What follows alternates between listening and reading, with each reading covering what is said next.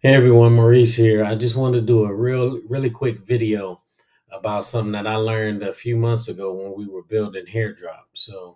Obviously, once we build HairDrop, the technology piece, now comes the part where we need to figure out um, what products are we going to put into the app, right? And so, as we were going through this process, I learned a lot about hair extensions and weave, particularly what the color scheme or the naming scheme was for hair color when it comes to hair extensions and weave. And so I thought it was something very interesting. As an engineer, I guess I should have imagined that there was a standard that exists in the community or in the market for hair extensions.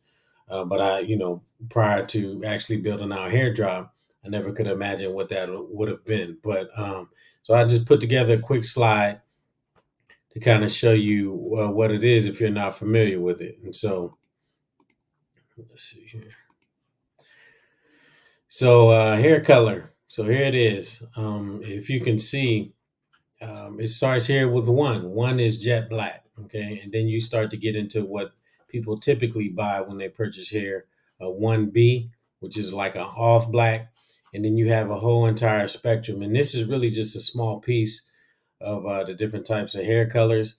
And even once you start to get into like the blues or the pinks or the burgundies, they may not necessarily have a number, but I've seen burgundy shown on a package as BURG.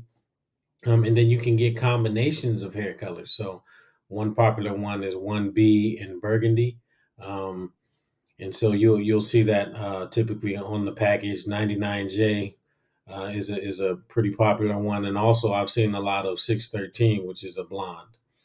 And so again, when you're picking your hair extensions or your hair weave, always reference a color chart like this for hair color.